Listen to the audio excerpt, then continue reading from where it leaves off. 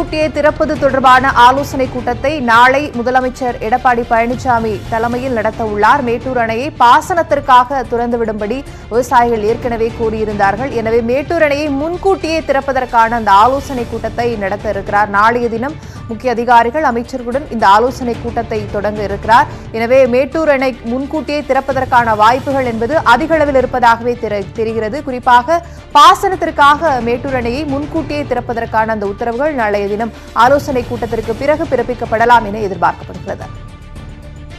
கூடுதல் விவரங்களை பெறலாம். செய்தியாளர் அபினேஷ் இணைகிறார். அபினேஷ், நாளை தினம் இது தொடர்பான அந்த முக்கிய ஆலோசனை கூட்டம் நடத்த இருக்கிறதாக தற்போது தகவல் கிடைத்திருக்கிறது. கூடுதல் விவரங்கள் என்ன?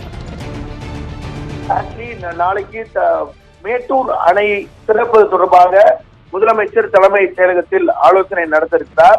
இந்த ஆலோசனையில் டெல்டா மாவட்ட அமைச்சர்கள், டெல்டா மாவட்டங்களைச் சேர்ந்த அமைச்சர்கள் இதில் பங்கேற்க இருக்கிறாங்க. குறிப்பாக டெல்டா மாவட்டங்களாக கூடிய தஞ்சை, திருவாரூர், புதுக்கோட்டை, அதே போல திருச்சி ஆகிய மாவட்டங்களைச் சேர்ந்த அமைச்சர்கள் இதில் பங்கேற்க இருக்கிறாங்க.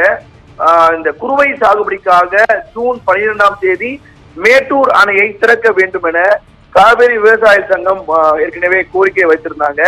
குறிப்பாக காவிரி பாசன மாவட்டங்களில இந்த குறுவை சாகுபடியை ஊக்குவிக்கும் வகையில வரக்கூடிய நடப்பாண்டில ஜூன் 12ஆம் தேதி மேட்டூர் அணையை திறக்க வேண்டும் என வைத்திருந்தாங்க. ஒவ்வொரு ஆண்டும் இந்த ஜூன் மாதம் என்பது ஒரு குறுவை சாகுபடிக்கான ஒரு மாதம்.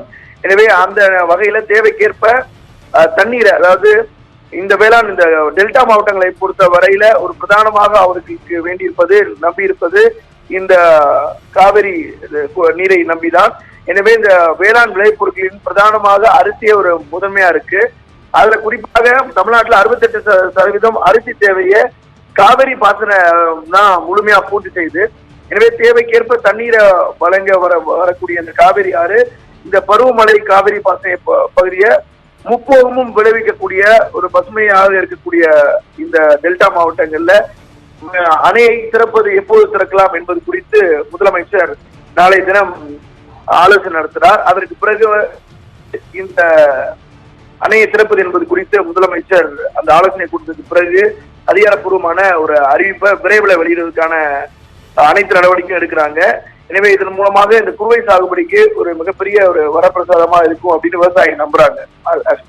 நிச்சயமாக அபினேஷ், தொடர்ந்து விவசாயிகளுடைய கோரிக்கையை முன்னிறுத்தி தற்போது மேட்டூர் அணையை முன்கூட்டியே திறப்பது தொடர்பான அந்த ஆலோசனை கூட்டம் நாளை முதலமைச்சர் எடப்பாடி பழனிசாமி தலைமையில் டெல்டா அமைச்சர்கள் உட்பட இந்த ஆலோசனை கூட்டம் நடைபெற இருக்கிறது. ஜூன் 12இல் வழக்கமாக திறக்கப்படுவது வழக்கம்.